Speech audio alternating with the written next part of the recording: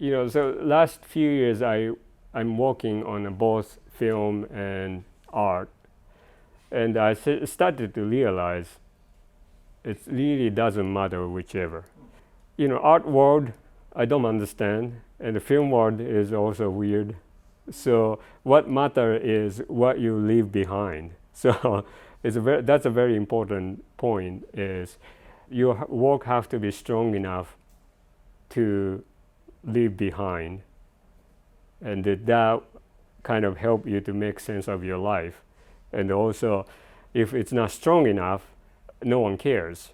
And most of the time, I'm not expecting when I make an art piece, I don't need to make 100 people happy, because it's just a matter of who would connect to your work or not.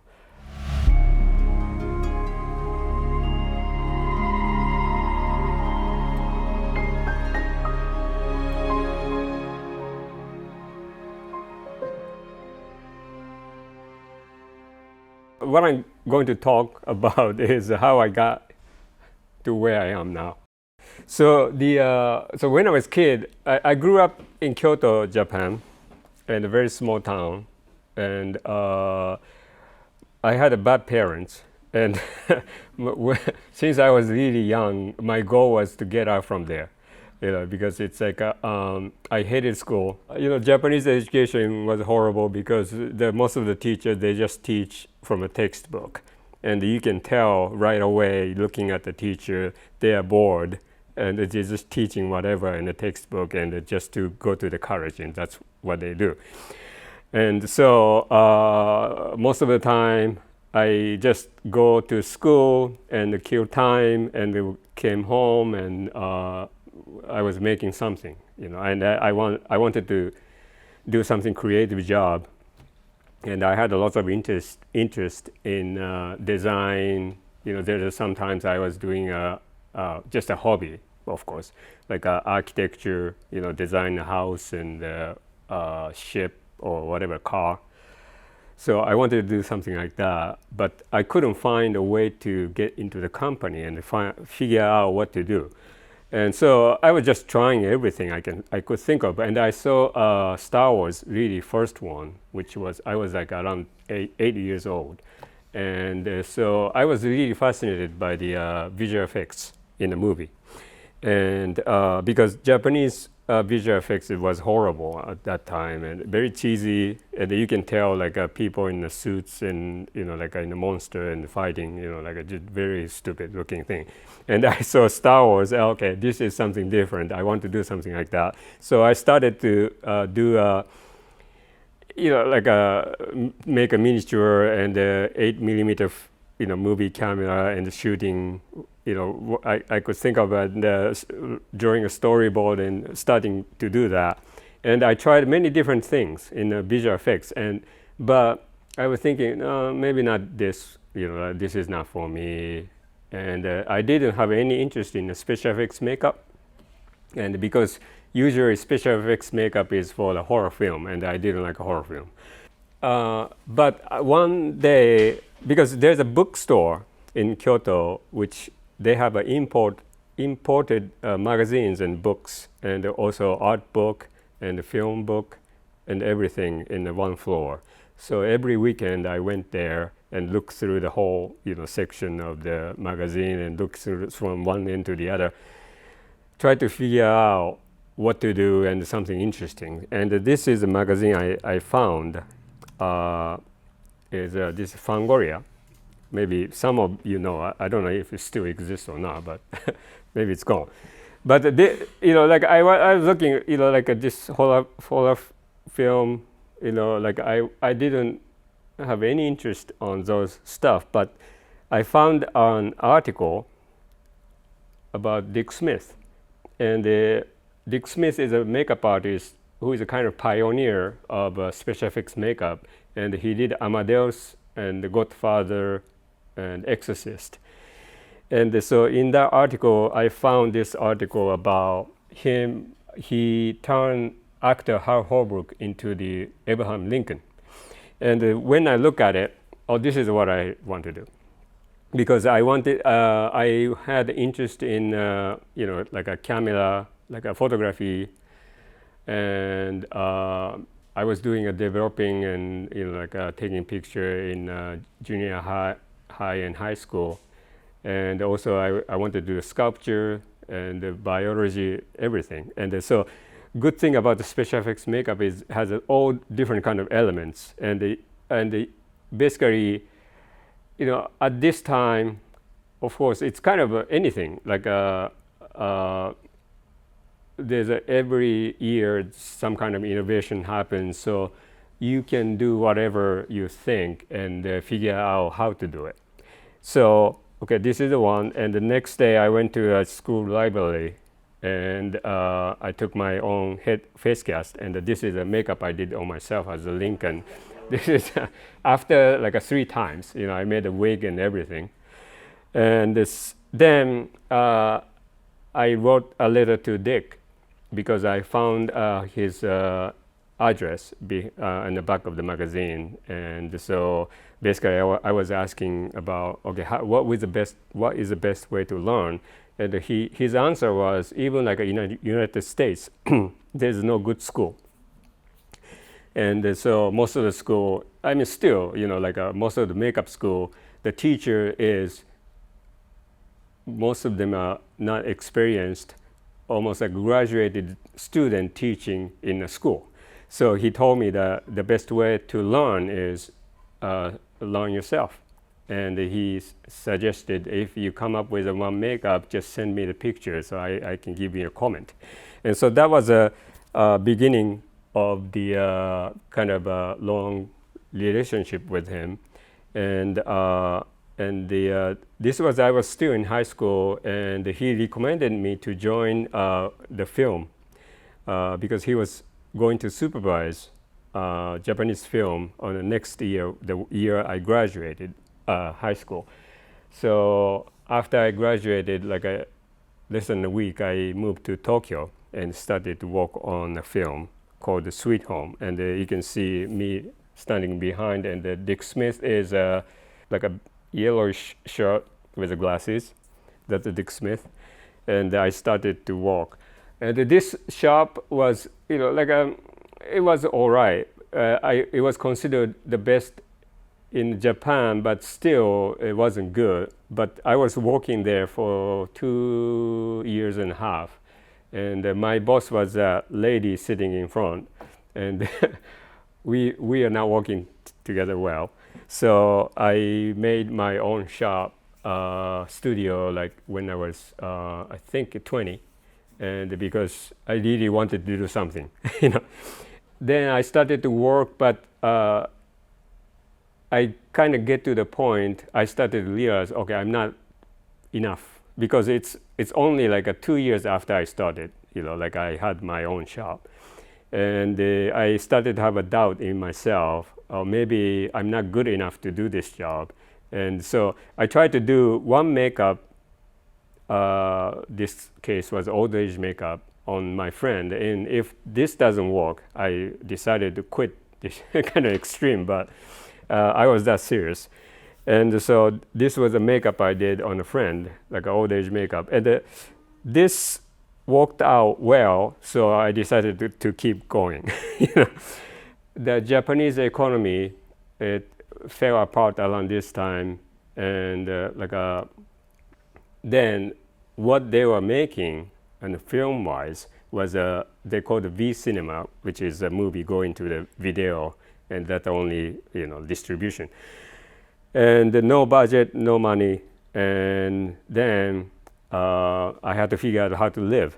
I was the only one, because Dick made a like a corresponding like a class, like you pay him, and he send you text to how to do makeup, and so I was the only one who learned that in Japan, and Dick was starting to open a school in Japan based on that text. So we were talking about it, and I asked him who will be the teacher, and because no one could teach, And Dick said, I can recommend you as a teacher, but I want you to do a job, like work on a film and stuff like that. But I told him the situation of the Japan, so he recommended me to be a teacher. And I was teaching at that school for maybe 3 years and a half. I was 21, I started to teach. And most of the student is almost like same age or older even. And I started to get the frustration about, okay, I didn't make my dream come true, and that's kind of, that's not good. And so I was trying to find out how to go to Hollywood, Los Angeles.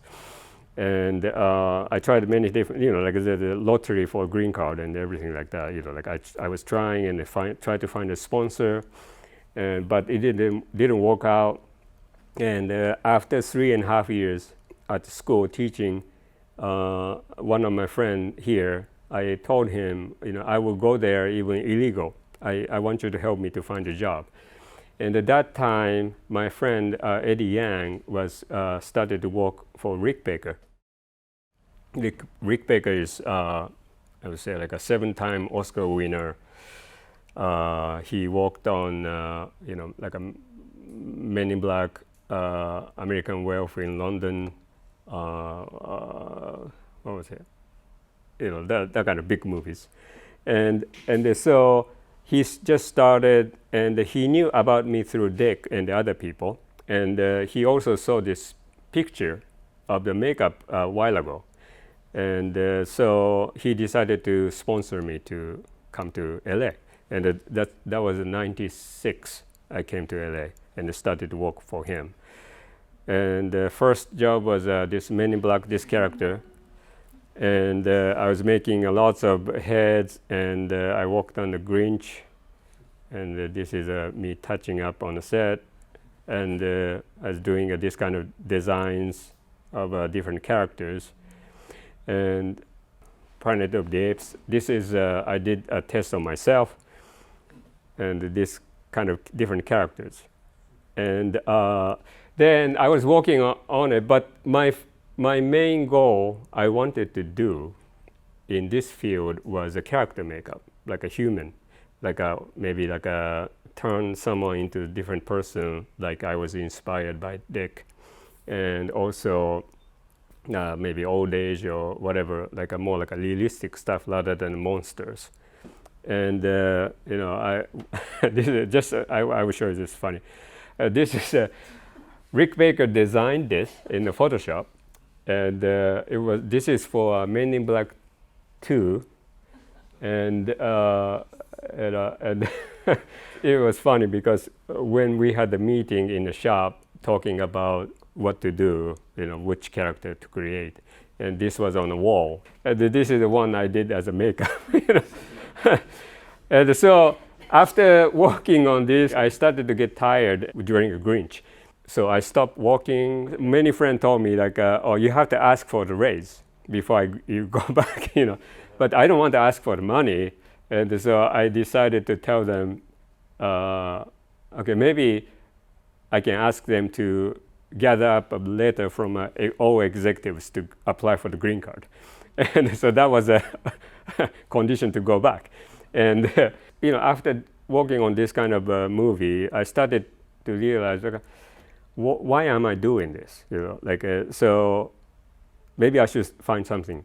And then this is a portrait of Dick Smith. This is a sculpture, and that was his birthday. 80 years old birthday was 2002. And so I started to make this portrait for him like a 2001. And this is a kind of showing a process of it. Like I start from sculpture, then I made this, and it's a big portrait. And so after I made this, I realized, for example, like art piece that means the audience is standing right in front of the art piece, and I could see how they were reacting. And the film job is more like a collaboration of many people. And so, like at the end, if you make something for the film, if film is not good, everything ruined, whatever you worked on and whatever you made. And so, okay, this kind of thing, okay, maybe I want to do something like this instead of a film job. And this was 2002, but I couldn't figure out how to be like a fine art artist or sculptor. And because, like a basic knowledge for everybody is it's hard to make a living as an artist. I don't know you think the same thing or not, but it's not easy, of course. And so, I talked to Rick Baker, and maybe I want to do something like this. But Rick's father was a painter, like an art painter, and he had like it's not easy to be in a household of artists and make a good living, of course. And so he told me that it's not easy, you should keep doing a film work. So, I kind of gave up, and I was keep working on the film. And this is Ring 2. This is a process of makeup, and like that. And this is the character called Samala, like a ghost, and then I worked on Click. This is Adam Sandler, old age makeup and fat makeup. And David Hasselhoff, like an old age makeup like that. And Henry Winkler, and the old age. And so, because Rick knew what I wanted to do, so he was nice enough to get a job like this too. And so I think this was the first time I was nominated for the Academy. But of course, it's a comedy movie. No one cares, It's so nothing happened. But and I was keep working on this Brad Pitt, and it's a Benjamin Button. And because makeup was done by different person, but David Fincher came to us if you can make a head to put in a computer, scan it, and animate as a character. And so this was kind of a first time we collaborated with a CG department and make a head and send it to them so they can scan each stages and make animatable 3D characters. And I also did something like this, Angelina Jolie, and there's a movie called Salt, and it was just a disguise makeup.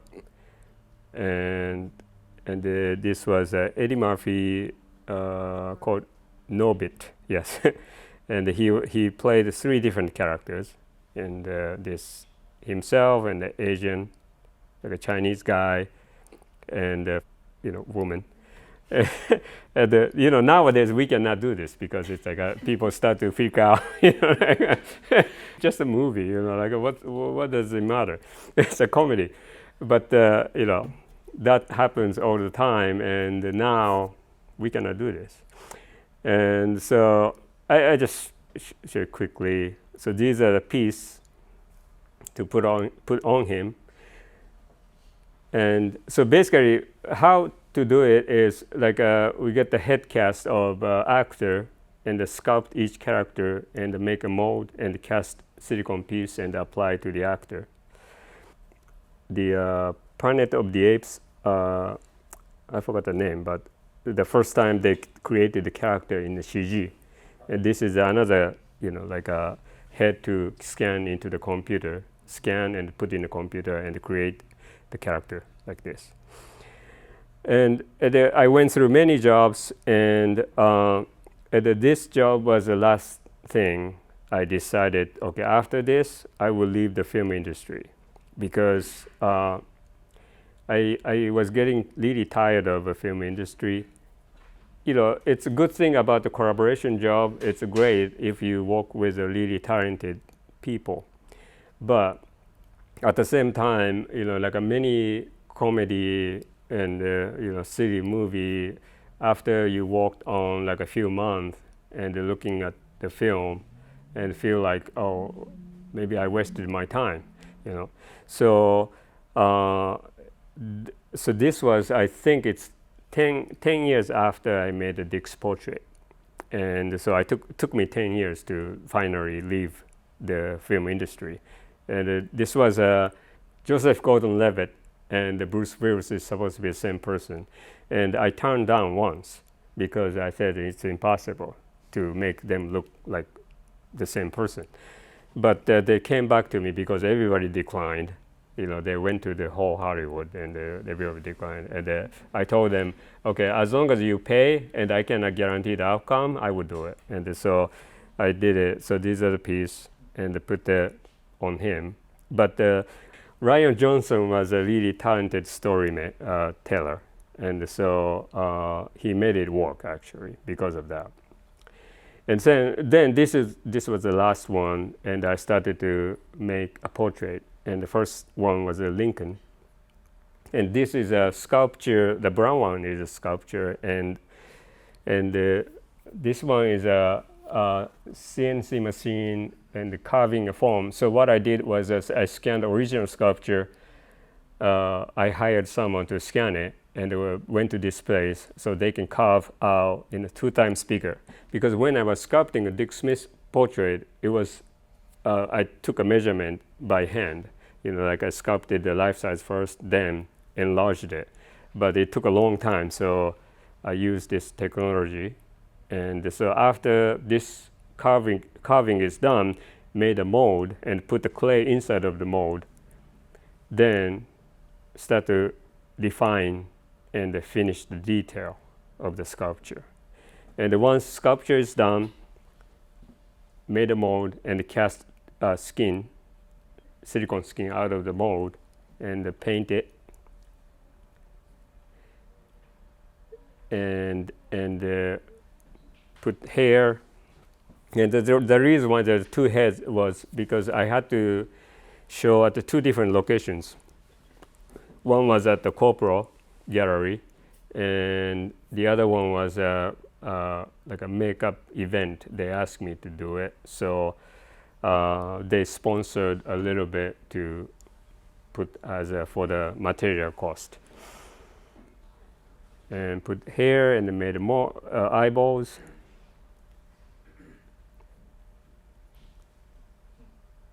And then this is a final.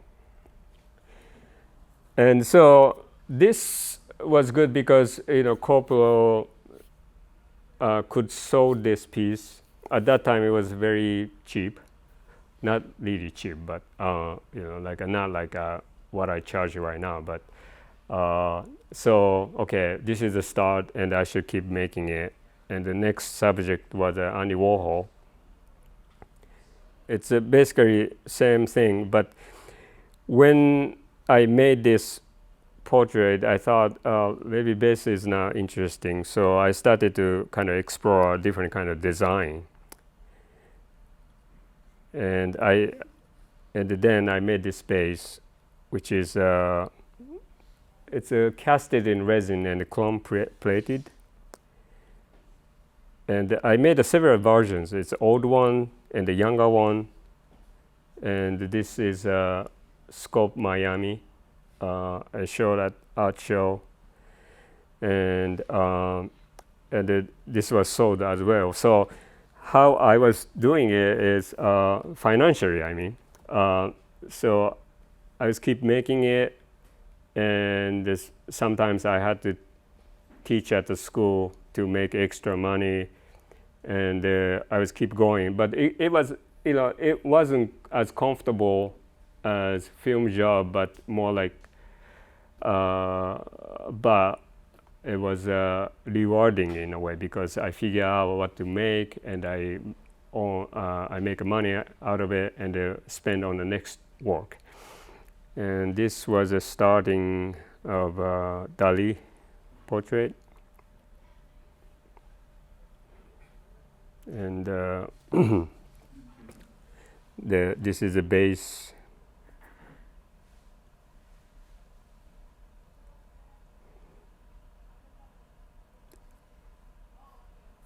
It cost a lot, as you can see. It's a sculpture and the molding, like a material itself. It cost me like maybe $30,000 because of so big. And I kind of regret, why did I make so big? It's cost more, But it's the point is, you have to make what you want to make. So and so this is like a fiberglass jacket. When once mold sculpture is done, we started to make a jacket at the same time, and then sculpture is done, like a pour silicone inside. And this is after silicone was poured and removed the jacket, and then pour skin inside, and that the skin came out. It's a same step. So gradually build up the skin tone and put the hair in. And the base was cold cast bronze, which is resin, like a polyester resin, and the bronze powder mixed in. So you can, after you cast it, you can kind of polish it like that. And in the backyard, I shouldn't be doing this in the backyard, but patina. Patina is a kind of a bad chemical to wash off to the ground, but I didn't have any other way. And so you see, so I think I used 3 different patina and then polished it afterwards. This is a plate actually sending to the art show. And I make a mold and my eyes. It fits like that. Then you see that this is I was setting up at the Scope Miami in a different year. So so display, and people come to see it. And this was a LA art show. And because it was so popular, they asked, because everybody around the gallery around it was complaining because it stopped the whole traffic and the people were looking at it, and so they pulled out to the bigger area. So that's that's what happened. And so it was going good, and but I did a really stupid thing. I think I can talk about it, but. So I needed more space because the sculpture is so big. And so I started to build a workshop in the backyard. And it was stupidity of myself and naive about it. I wasn't thinking about getting a permit and everything, because my friend told me that if it's a small, no one cares. And I picked a big one.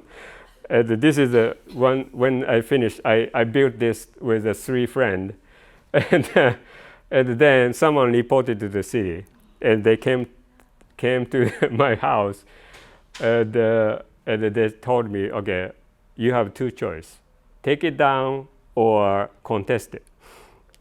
And around this time, I was working with Paul McCarthy. Do you know Paul McCarthy? Yeah.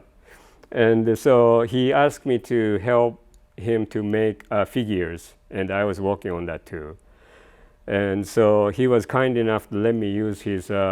He has a huge, almost like a warehouse, like a whole block of this, in the city. He owns the whole building. I forgot the square feet, but it's really big.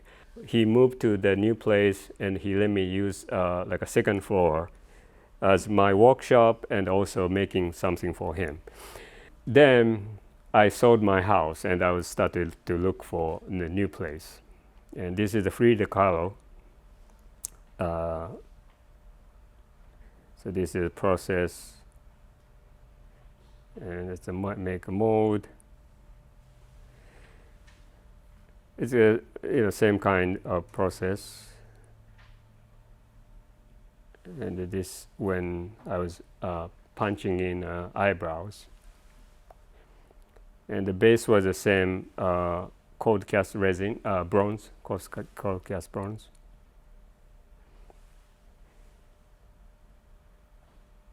And so this is when I finished it. And so it was good. Like every piece I made, it was sold. They were sold, so that was good. And also working for Paul, it helped financially too. But after, because Paul is a really high-end artist, and so I thought maybe I can learn how art world function. And so I was meeting like the top people, top gallery, and sometimes I went to museum to install his work. And I started to realize like art world is as shady as a film world. And so it just didn't make sense to me. Because it's like I want to see in the artwork like at least like a effort of the artist and the passion behind it. But most of the art pieces out there now, it's like almost like I don't know, those top ones. It looks like a department display or like a advertising something. It didn't move me at all. So I kind of started to think, okay, how do I live in this? But so I finished this work, and also this is just another Scope Miami. And then I found a new place in East LA. This is right after I moved in. It's quite decent space. It was two buildings attached together, like a 7,400 square feet. And East LA, it's horrible. So what they do is they start fireworks a month before and a month after July 4th. Like it's a war zone. It's crazy. So I thought, okay, this is not healthy. So I started to look for a different place after that. But space-wise, it was great space actually, perfect for what I do. And I also, I don't know why, but it's a habit to make an area to do a makeup kind of thing, because I was still kind of doing, sometimes I take a life cast of a person as a reference to study like as anatomy and what the real means. And then Gary Oldman contacted me about the movie. This is Gary Oldman, and about the movie about the Winston Churchill.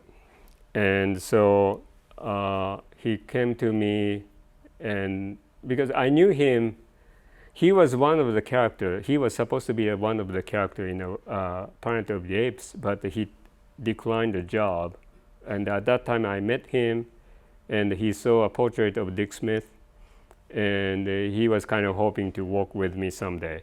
And I, of course, he's an amazing actor, so I wanted to work with him someday. And so he came to me, but at this time, I was thinking, okay, I left the film job, and it's going well for now.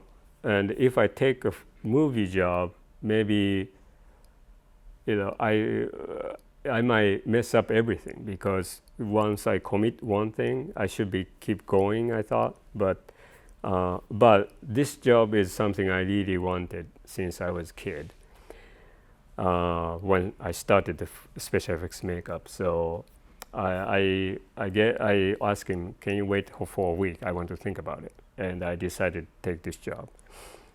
And so these are wig. And so this is like a final makeup, and then and this went well, and and so I got the Oscar for this one. And so, but I still thought, okay, maybe this is fine, when everything went well, and finally I got Oscar. So, but I should go back to the fine art, and then I was still keep making. Forgot his name. Yeah, Robert Crumb. This is a Robert Crumb portrait, and it's kind of a half joke, but this was commissioned. But whoever commissioned it, he was very happy about it. And then another commission was Mark Ryden, and I made this.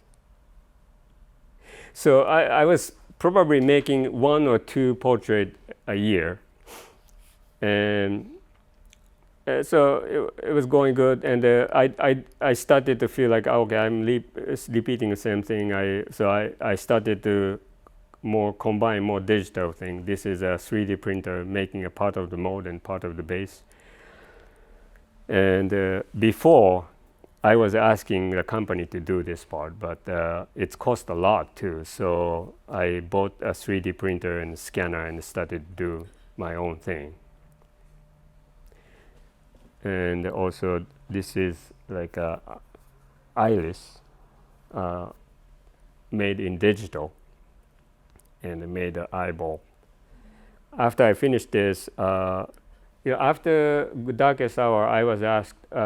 David Fincher came to me, and he was filming Mindhunter second season, and he wanted me to make a character of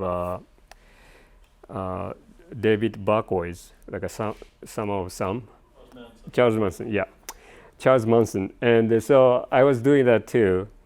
Then producer was Charlize Theron, and Charlize came to me to make makeup for her movie, and that was Bombshell. And this is John Lithgow. I had to turn him into Roger Ailes. Yeah. Sorry. And so this, so you can see, so left is his head cast, and sculpt this cheek and nose and the ears, and that will float off from a head cast and transfer to the positive mode like this, and then make a mold. And in that mold, cast silicone in it. And so he turned like this. And the Charlize was Megyn Kelly. And so I made several pieces for her. And then this was a second Oscar. And the next one was Jimi Hendrix. This was also, this wasn't commissioned, but it was sold right away. And so this is a process, like when I design a base, I make a maquette, like a small scale, and see the whole balance of it, then decide what to do. And sometimes I sculpt the base and scan it, enlarge it, and print out. And because by that way, because it's easier and quicker to sculpt a small scale, then enlarge it and you just print out. It's faster than actual, sculpting a actual size. And so this is a final look. And this was another popular piece, like next to after. Actually, I made what was it? 5 copy of Warhol. I think because it was popular, maybe because of Warhol, and also like a kind of base is flashy, like a chrome. And I made this like a 3, and so you can see the size, how big that is, And so I was doing this, and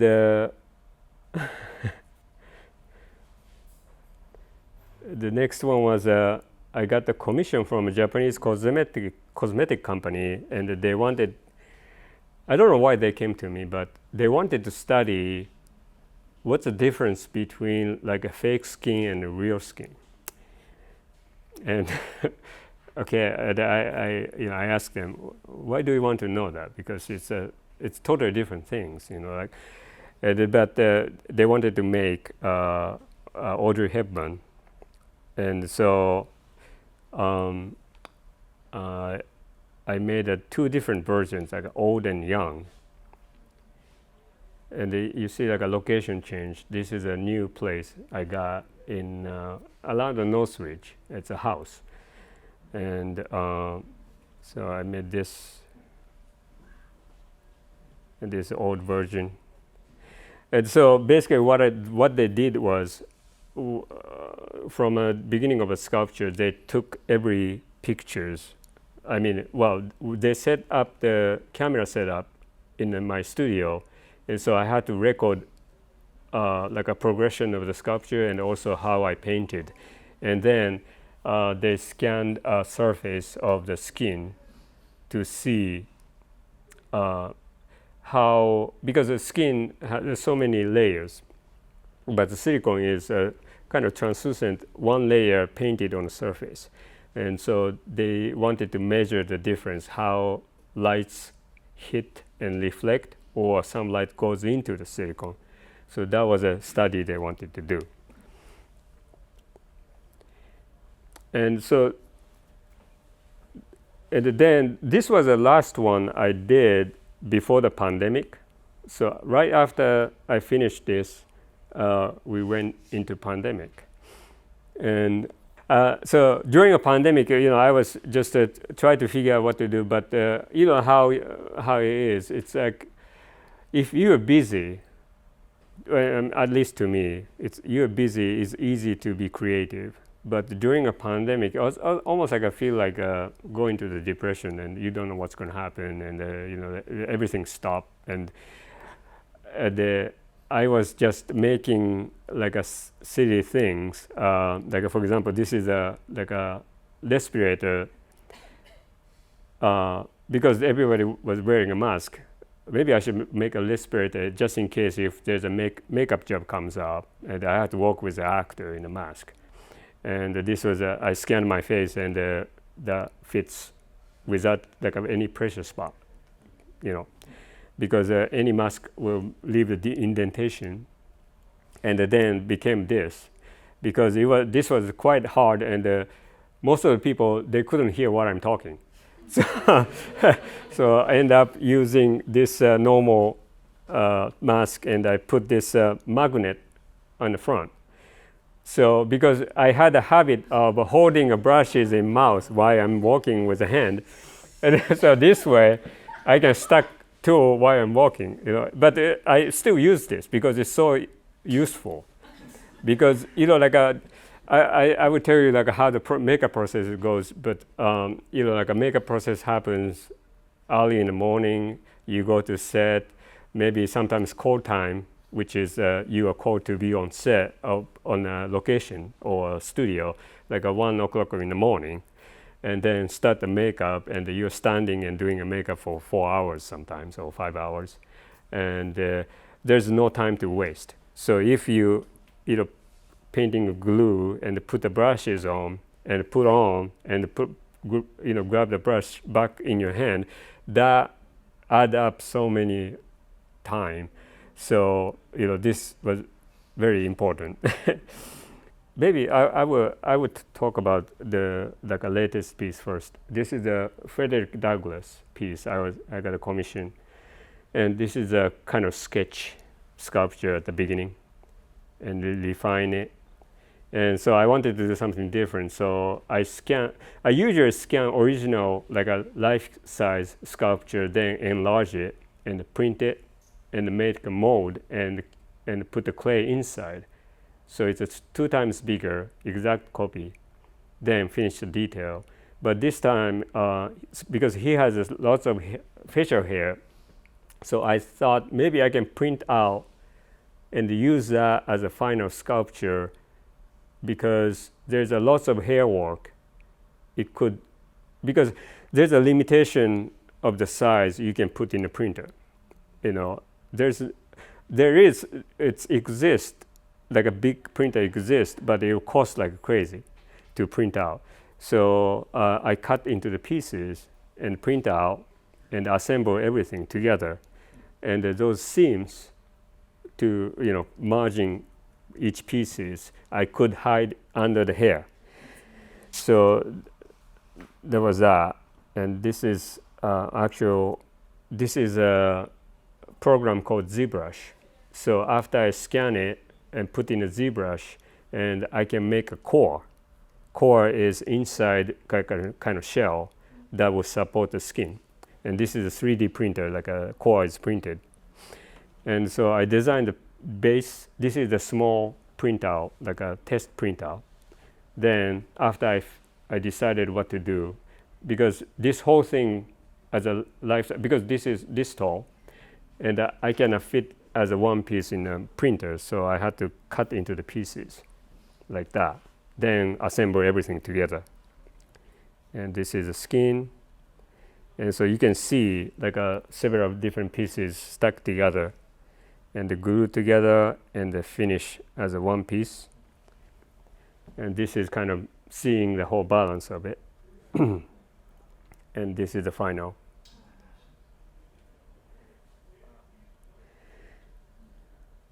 And so that was the last one, and I'm sure you know that there's a actors and writers strike happened last 6 months, and I could work on something new, but like I said, when I need to get busy to be motivated, and it's very interesting because what I see in many artists is important part is the when you're 20, you make lots of mistakes. 20 is a time to make mistakes and learn from it. And 30, you start to know who you are as an artist, and you still have to keep pushing it. Of course, you make mistakes, but you kind of almost like you start to build as an artist, as an individual at the time.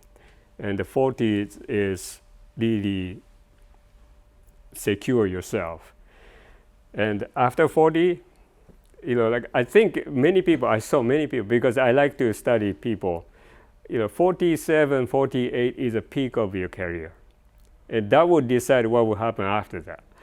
So it's like I'm not trying to depress you, but most of those cases like this, because at that time, you cannot secure yourself. You just fall down, after that, because it's like you will get old, and you cannot function like when you were younger, and you have to know who you are by then, and it will be really hard to rise up again to do something more.